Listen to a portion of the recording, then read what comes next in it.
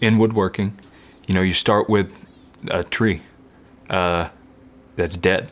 It's fallen down, and it's good for nothing but to be burned, really.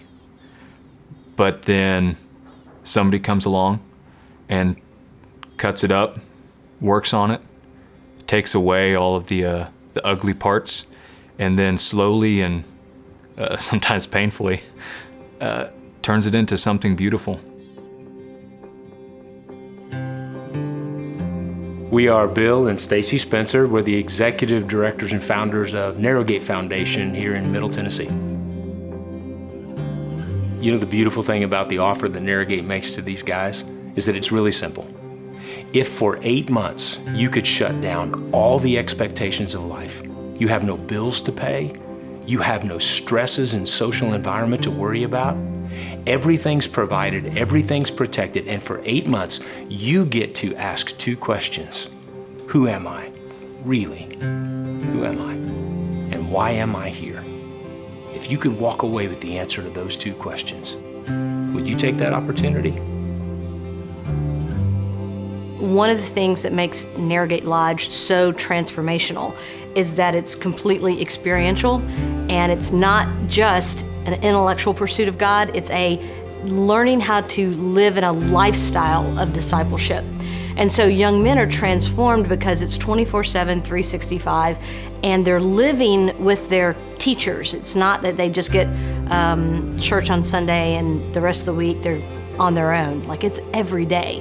And so in our leather shop, in our wood shop, and we also have a metal shop and automotive shop, where the young men get to take their spiritual lessons and apply them. So what does it look like to do all things for the glory of God? What does it look like to submit to one another as unto the Lord?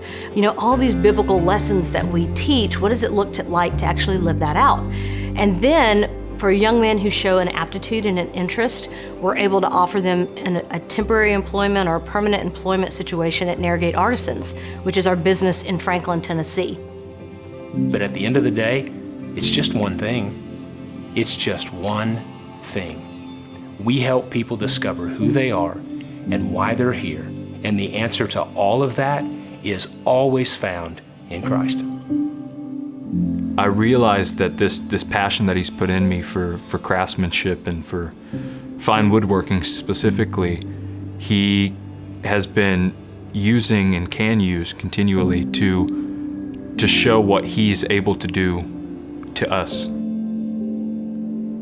My job is not to make furniture or to make guitars. It's to make disciples. Getting to take a part in God's work of healing them and bringing peace into their life, that'll change you. When I see our guys, they're trees of righteousness. Now, they may only be a little sapling right now, right? Because they're 18, 19, 20 years old. But what are they going to look like when they're 40 and 50 and 60? And God gave me a picture that I'm going to be like a child running through these huge oaks of righteousness that have been planted, lots of trees that are producing fruit for the kingdom. I think it's funny because a lot of people want to separate ministry and business, and there just is no separation. The Great Commission's pretty simple. In your going, as you go, make disciples. That's it. So it doesn't really matter if you're doing that in a market space, in an office, if you're doing it on a job site, if you're doing it in your family, if you're doing it as ministry on this. Look, none of that matters. Stay connected to God and connected to people, and let that be the guide that leads you into the ministry you're supposed to do right then. If we just did those 2, we'd change everything.